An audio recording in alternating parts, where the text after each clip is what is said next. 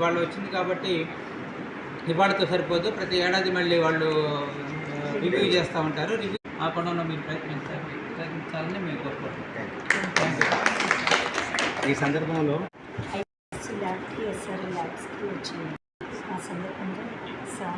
Microbiology department చేస్తున్న నిబద్ధతకి, వాళ్ళ నిజాయితీకి, వాళ్ళు చేస్తున్న స్పెసిఫిక్ వర్క్కి కూడా ఒక గౌరవం దక్కిందని నేను భావిస్తూ ఉన్నాను.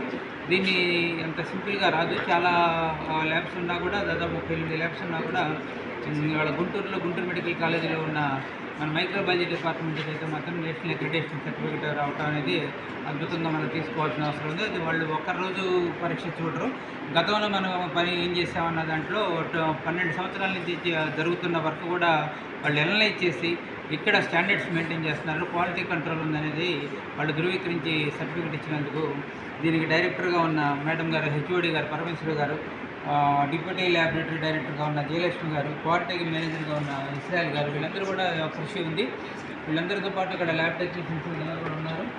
అందరూ కలిసి ఒక టీం వర్క్ చేసి ఒక క్వాలిటీ కంట్రోల్ మెయింటైన్ చేస్తూ నేషనల్ వైడ్గా కూడా నేషనల్ అక్రిడిటేషన్ సర్టిఫికేట్ సాధించడానికి కృషి చేసిన మీ అందరికీ అభినందనలు.